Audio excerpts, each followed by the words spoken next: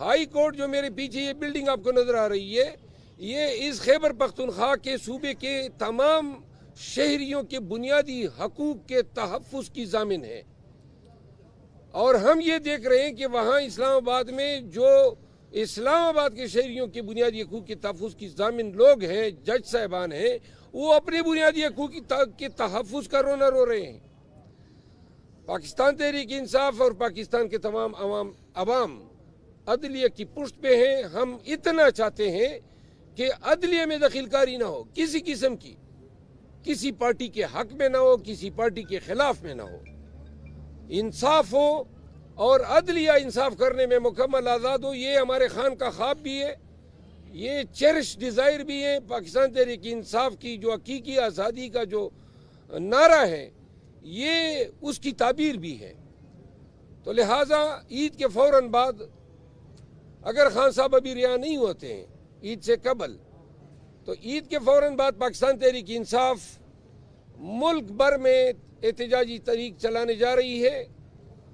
احتجاجی تحریک کا شیڈول شاید ہم رمضان میں ہی اعلان کر دیں، لیکن چونکہ ضمنی الیکشن بھی آ رہے ہیں تو ان ضمنی الیکشن میں بھی ہم مکمل پارٹیسپیٹ کریں گے، بالخصوص پنجاب میں جہاں جہاں ضمنی الیکشن ہوں گے وہاں ہم جا کے کمپین بھی کریں گے اور جلسے بھی کریں گے۔ آخری بات یہ ہے کہ ہمارا مینڈیٹ چوری کیا ہے، اور مینڈیٹ ہی صرف چوری نہیں کیا، انہوں نے ہم سے ریزرو سیٹ بھی چھین لیے، ہمارا انتخابی نشان بھی چھینا، ہماری پارٹی کی شناخت بھی ہم سے چھینی، اور جب ہم نے سنی اتحاد کونسل کی شناخت اپنا لی تو کل سپیکر صاحب نے کہا کہ آپ کو سنی اتحاد کونسل کی شناخت بھی نہیں دیتے ہیں۔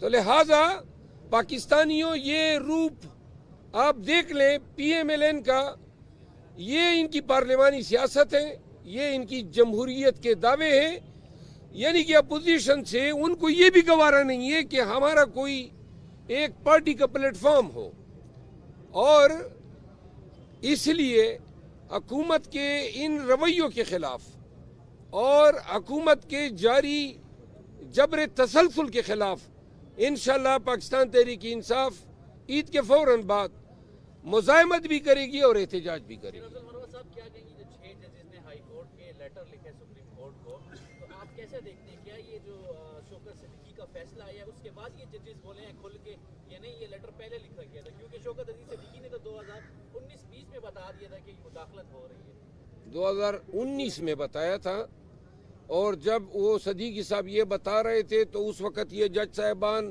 جج بنے ہی نہیں تھے، یہ بعد میں بنے، کیونکہ میں اسلام آباد ہائی کورٹ میں زیادہ پریکٹس کرتا ہوں۔ صرف ایک جج صاحب تھے، محسن اختر کیانی صاحب، باقی سارے جج صاحبان 2020 یا اس کے بعد آئے ہیں، اور صدیقی صاحب کا جو واقعہ ہے وہ 2019 کے واقعات ہیں۔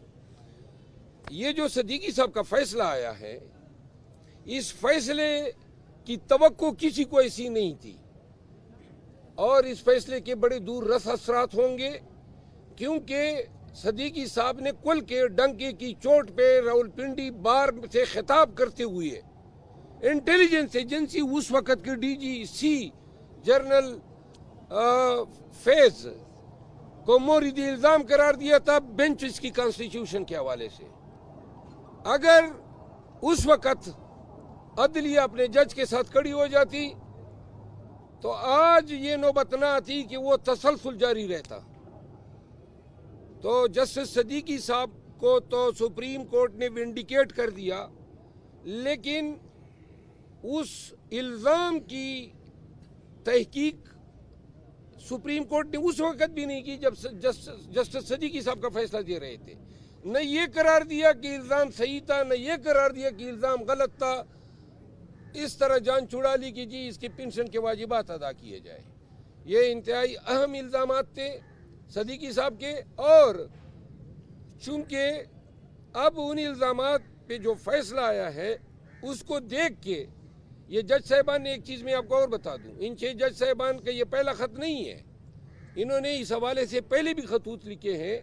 یہ پہلے بندیال صاحب کے پاس گئے، موجودہ چیف جسٹس صاحب قاضی فائز عیسیٰ صاحب کے پاس گئے، اور اسلام آباد ہائی کورٹ کے چیف جسٹس عامر فاروق صاحب کے پاس کئی دفعہ گئے، اور انہوں نے تمام تحریری دستاویزوں کا حوالہ اپنے لیٹر میں دیا ہے. یہ بتائیں سر کہ ضمنی انتخابات سنی اتحاد سے لڑ رہے یا پی ٹی آئی اپنی پلیٹ فارم سے؟ سنی اتحاد کونسل سے. شیر افضل صاحب یہ بتائیں کہ آپ یہیں پر آپ بیٹھے تھے جب الیکشن نہیں ہوا تھا، آپ نے کہا تھا کہ ہم پولیس کو جو ہے نا سزا دیں گے کیونکہ بہت زیادہ ہو گیا. اب تو آپ کی حکومت ہے، تاحال خود سامنے نہیں نظر تاحال حکومت تو ہماری ہے، آئی جی بھی ان کا ہے، چیف سیکرٹری بھی ان کا ہے. تو آپ دیکھیں نا، یہ مرکز صوبے کو چلنے نہیں دے رہا ہے. یہ آئی جی جس کو جیل کی سلاخوں کے پیچھے ہونا چاہیے، جس نے پورے صوبے سے حیا اور غیرت چھینی ہے، جس نے پورے صوبے میں ڈاکو راج کو فروغ دیا ہے، اور جس نے پورے صوبے میں خیبر پختونخوا کے بنیادی جو ہمارے روایات تھے ان کو تار تار کیا ہے، جنہوں نے یک کے بعد ہزاروں جرائم کا ارتکاب کیا ہے، ابھی تک آئی جی بیٹھا ہوا ہے.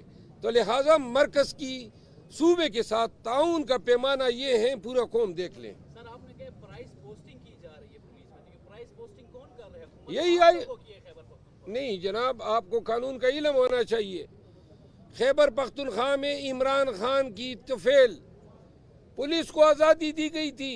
2016 میں پولیس ایکٹ آیا اور خان نے پولیس کو آزادی اسی لیے دی تاکہ سیاسی اثر رسوخ نہ ہو.